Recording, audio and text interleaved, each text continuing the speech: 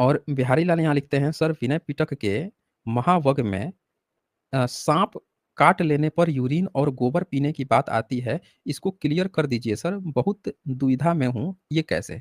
बिहारी लाल जी, एक बात आप समझिए, विनय पिटक जो है वो गृहस्थों के लिए नहीं होता है, आपके लिए नहीं है, किसी भी इंसान के लिए नहीं है, और ना वहाँ पे ये बात बुद्ध ये बात कह रहे हैं, समझ रहे हैं ना? वहाँ पे कहीं भी नहीं लिखा हुआ है कि ये बात जो है बुद्ध कह रहे हैं किसी को करने के लिए, और ना विनय पिटक की वो पोर्शन जो है बुद्ध वचन है, ठीक है?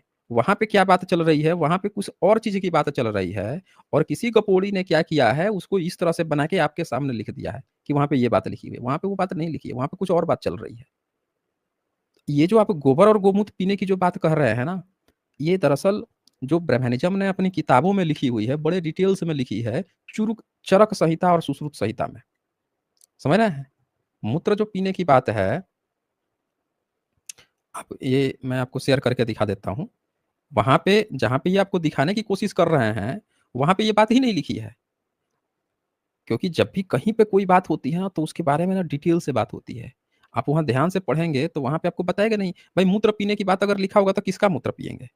और अगर ऐसा लिखा होता तो बुद्धिस्ट लोग फिर मूत्र पीते ना, ब्राह्मण ही काहे ब्राह्मणवादी काहे मूत्र पीता है? वही क्यों गोबर गोमूत्र की बात करता है? ये देखिए, ये पढ़िए चरक संहिता।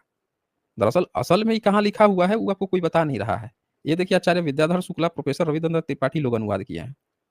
तो ये सारी बातें यहाँ पे लिखिए, ये देखिए आ गया मूत्र पीने का।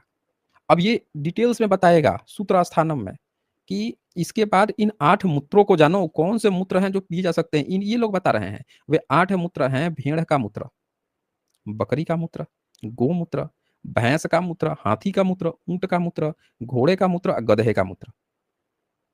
तो ये लोग जो अपनी किताब बनाए हैं ना, वहाँ पे ये लिखे हैं। आगे ये देखिए क्या लिखता है, सामान्यतः स्त्री जाति का मूत्र लघु गुण युक्त होता है, अब पुरुष जाति का मूत्र जो है गुरु होता है। मतलब बोल रहा है कि लघु यानी छोटा होता है, जो स्त्री जाति है उसका मूत्र कम गुणकारी है। अब पुरुष जाति का मूत्र बड़ा गुणकारी एकदम गुरु है। अतः स्त्री जाति का मूत्र या पुरुष जाति का मूत्र आवश्यकता अनुसार जहाँ जैसा निर्देश हो तदनुसार ग्रहण करना चाहिए। तो देखिए यहाँ लिखा ना इसने कि जहाँ जैसा निर्देश हो, तो निर्देश इनको कौन कर रहा है? क्या बुद्ध गए थे इनको बताने के लिए? बताइए। बुद्ध जो है चरक को बता रहे थे कि तुमको मूत्र पीना है, इन चीज़ों का नहीं।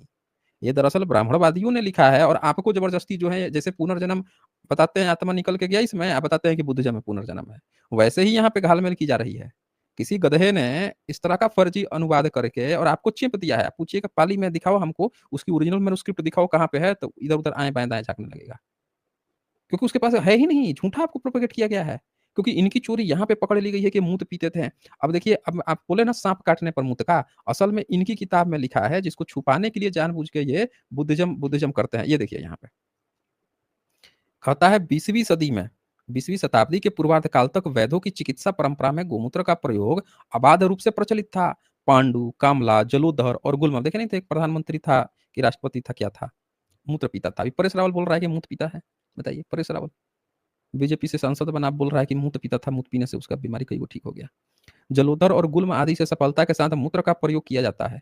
भारतवर्ष में अब भी आरोग्य और दीर्घ जीवन रसायन के रूप में मूत्र का प्रयोग प्रकीर्ण रूप से प्रचलित है, और ऐसे मूत्रपान करने वाले मनुष्य 90 वर्ष की वय में भी बुढ़ापे की छाया से दूर देखे जाते हैं।